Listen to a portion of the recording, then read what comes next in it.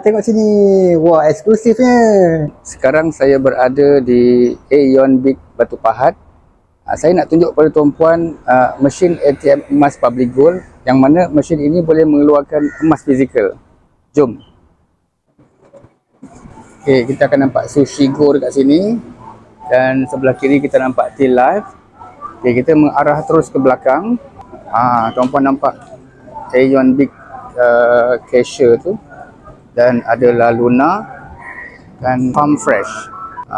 Ada nampak Zeus Coffee.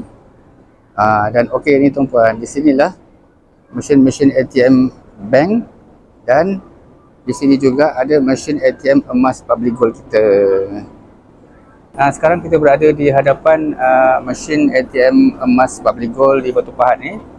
Okey, saya nak tunjuk kepada tuan-puan macam mana cara saya nak keluarkan emas daripada mesin ATM dengan mengeluarkan daripada tabung emas akaun gap saya. Saya nak pilih emas ni. Okey, dia akan keluar macam ni. So kita ambil yang gap withdraw ni. Dan nanti dia akan nampak QR scan ni. Saya akan gunakan handphone saya, scan kepada mesin, dan nanti dia akan tolak jumlah gram yang ada dalam akaun emas gap saya. Tengok sini. Wah, eksklusifnya.